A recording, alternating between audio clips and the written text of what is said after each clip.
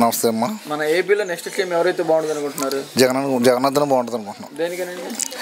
అతను చేసి పద్ధతి బాగుంది. ఇప్పుడు అతను చేసి పథకాలు కానీ దేనికి కానీ అన్నీ అందరికీ అందుతున్నాయి. వాలంటీర్లు ఇంటింటికి వచ్చి చేస్తున్నారు. బాగుంది. పథకాలు అందినాయండి? మా ఇంట్లో అయితే అమ్మఒడి ఒకటి అందింది అంతే. బయట అందని చూస్తున్నాం కదా, అదే చెప్తున్నాం. మరి పథకాల వల్ల జనాలు సోమరిపోతులు అవుతున్నారని చంద్రబాబు గారు అంటున్నారు కదా. అది కరెక్ట్ కాదు కదా. ఇప్పుడు అతను నిలబడ్డాడు అనుకో, అతను ఉన్నాడు అనుకో, ఇప్పుడు సీఎం ఇతను అలాగే అంటాడు. ఇతను ఉన్నాడు కాబట్టి అతను మాట్లాడుతున్నాడు అంతే. ఎవరి కావాలో అలా మాట్లాడతారు, టైం బట్టి మాట్లాడతారు ఇంక అంతే. ఇప్పుడు పవన్ కళ్యాణ్ గారు చంద్రబాబు గారు కలిసి పోటీ చేస్తున్నారు కదా, కలిసినా గెలవరండి, గ్యారంటీ గెలవరు. అంటే నెక్స్ట్ సీఎం పవన్ కళ్యాణ్ గారు తెలంగాణకి వెళ్ళి కూడా పోటీ చేశారు. అక్కడ నెగ్గలేపారు. ఎక్కడన్నా నెగ్గుతారు? నగరు అనుకుంటున్నారు. అసలు నగరు. ఇక్కడ వాలంటీర్ వ్యవస్థ ఎలా ఉందండి? వాలంటీర్ బాగుందమ్మా, ఇంటింటికి బాగా చేస్తున్నారు. లంచాలు ఏమన్నా తీసుకోవడం? అసలు లంచం అన్నది లేదు అసలు.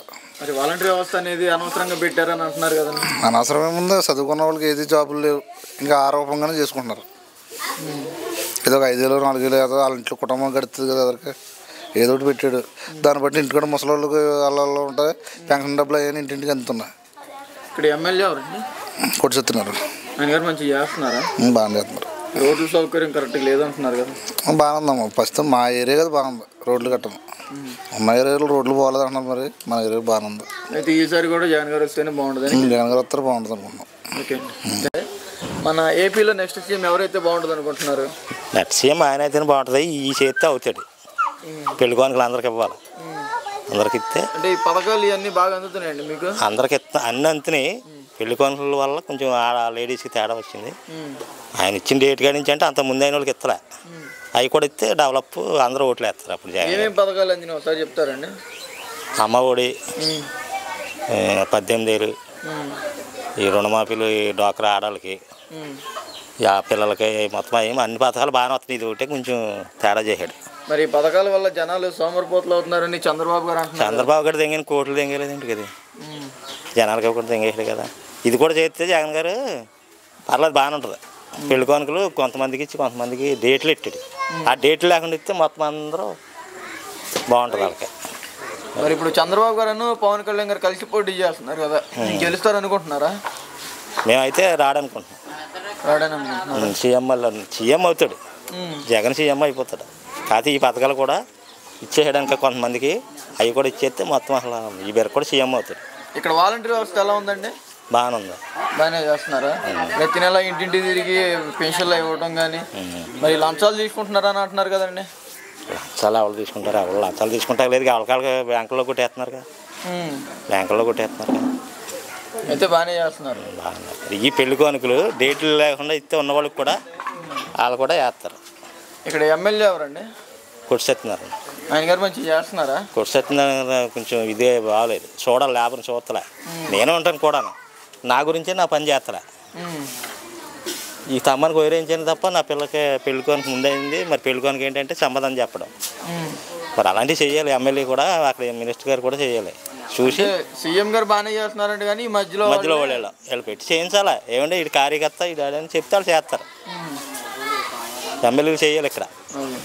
అయితే ఈసారి జగన్ గారు వస్తేనే బాగుంటుందని మీ అభిప్రాయం? 30 నేను ఎప్పుడు పార్టీ అదే. రాజశేఖర గారితో నడిచాను, జగన్తో నడిచాను, షర్మిలతో నడిచాను. నా ఓటు వచ్చిన కాడి నుంచి కాంగ్రెస్కే తప్ప ఇంక రెండో దానికి ఓటేయాలి. ఇది ఓటే చేద్దాం. మనకి పెళ్లి కానుకలు ఉన్న ఓటు కూడా ఇస్తే జగన్ గారికి అసలు అడ్డే ఉండదు అసలు. అది. థ్యాంక్ యూ అండి. నమస్కారం. మన ఏపీలో నెక్స్ట్ సీఎం ఎవరైతే బాగుంటుంది అనుకుంటున్నారు? సీఎం జగన్ అయితే ఒక సీఎం కావాలని కోరుకుంటున్నాం. దేనికనండి? ఎందుకంటే పేదవాళ్ళని అన్ని విధాలుగా అతను ఆదరిస్తున్నాడు కాబట్టి. రేషన్ ఇస్తున్నాడు, ఇంటికి తీసుకొచ్చి రేషన్ ఇస్తున్నాడు. ముసలోళ్ళకి పెన్షన్ల దగ్గరగా ఇంటికి వచ్చి ఇస్తున్నాడు. తర్వాత కరెంటు ఉచితంగా ఇస్తున్నాడు మాకు. అమ్మ ఒడి ఇస్తున్నాడు.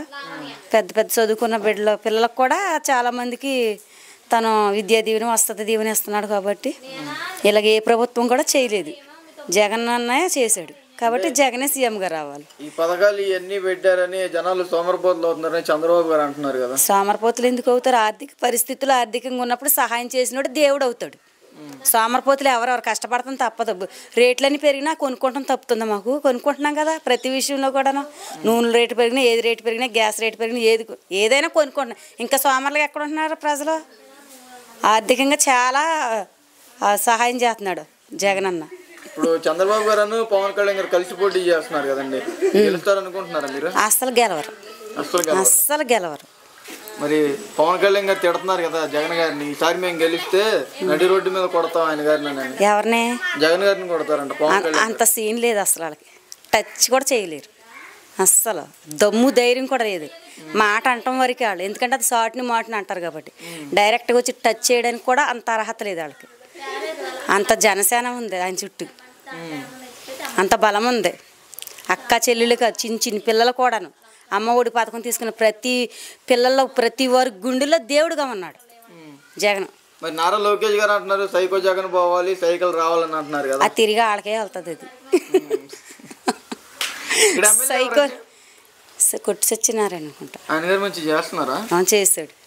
అంటే రోడ్లు కరెక్ట్గా వేయట్లేదు, డ్రైనేజీలు క్లీన్ చేయట్లేదు అని అంటున్నారు కదా. చేయట్లేదు, కొంచెం ఇబ్బందిగానే ఉంది. మరి అది కూడా చెయ్యాలి. ఇప్పుడు తన పరిపాలనలో వాటర్ ఉండేది కదా, ఇక్కడ రోడ్లు ఉండేవి కదా, అసలు ఏమి ఉండేవి కాదు. మంచినీళ్ళు చాలా భయంకరమైన పరిస్థితి, చెరువుల్లోకి వెళ్ళి తెచ్చుకునే పరిస్థితి. అలాంటి పరిస్థితి నుంచి తను సేవ్ చేశాడు ప్రజల్ని, అంతగా చేశాడు తను. ఇది వరకు చేశాడు, ఇప్పుడు కూడా చేయాలని ఆశపడుతున్నాం. అయితే ఈసారి మళ్ళీ జగన్ గారు వస్తేనే జగనే వస్తాడు. వస్తే బాగుండును కాదు, వస్తాడు. ఏమైనా సరే జగనే గెలుస్తాడు, సీఎంగా జగనే వస్తాడు. ఈ 5 సంవత్సరాల పాలన కూడా కాదు, వచ్చే 5 సంవత్సరాల పాలన కూడా జగనే వస్తాడు. ఏంటండి మన ఏపీలో నెక్స్ట్ సీఎం ఎవరైతే బాగుండదు అనుకుంటున్నారు? జగన్ అండి. దేనికనండి? దేనికైనానండి, దేనికైనా దేనికైనా మంచిగా చేస్తారండి. పథకాలు ఇవన్నీ అందినాయండి? అందుతున్నాయండి. ఏమేమి పథకాలు అందినాయండి? ఏమంతున్నాయండి? పెన్షన్ ఇస్తున్నారండి, రైస్ ఇస్తున్నారండి, పందారు ఇస్తున్నారండి. ఈ కరెంట్ బిల్లు లేదండి మాకు, రద్దండి. కరెంట్ బిల్లు తీస్తారండి, మాకే తీస్తారండి. మరి ఇప్పుడు చంద్రబాబు గారు పవన్ కళ్యాణ్ కలిసి పోటీ చేస్తున్నారు కదా, గెలుస్తారు అనుకుంటున్నారు మీరు? తెలియదండి మాకు అసలు, గొడవ అసలు ఇద్దరు గొడవ కూడా తెలియదండి మాకు. ఇది మాకు చంద్రబాబు నాయుడు కాదు తెలదు, పవన్ కళ్యాణ్ తెలదు, మాకు జగన్ బాబే అండి. జగన్ బాబు గారే రావాలి. రావాలండి, ఆయన వస్తారు అని అనుకుంటున్నాం. ఇక్కడ ఎమ్మెల్యే గారు ఎవరండి? కొట్టు చచ్చినారండి, గుడివండి. చేస్తున్నారండి, చాలా బాగా చేస్తున్నారండి, రోడ్లు కరెక్ట్ చేస్తున్నారా? వేస్తారంటండి. ఎక్కడి నుంచి మందులు గట్ట కొడుతున్నారు. అంటే నీళ్ళ సౌకర్యం లేదంటున్నారు కదా. మరి చెల్ల నీళ్ళే తాగుతున్నామండి. మరి మాకు చిన్న చెరువండి, నీళ్ళు సాగు పెద్ద ఊరండి. అది మరి నీళ్ళ సౌకర్యం గురించి మరి మీ ఎమ్మెల్యే గారికి చెప్పాలి కదండి. మీరు మేము చెప్తామండి, కొట్టు సత్యనారాయణ గారు చెప్తే జగన్ గారికి చెప్తారండి, మాకు పంపిస్తారు నీళ్ళ ట్యాంకీలు పంపిస్తారు.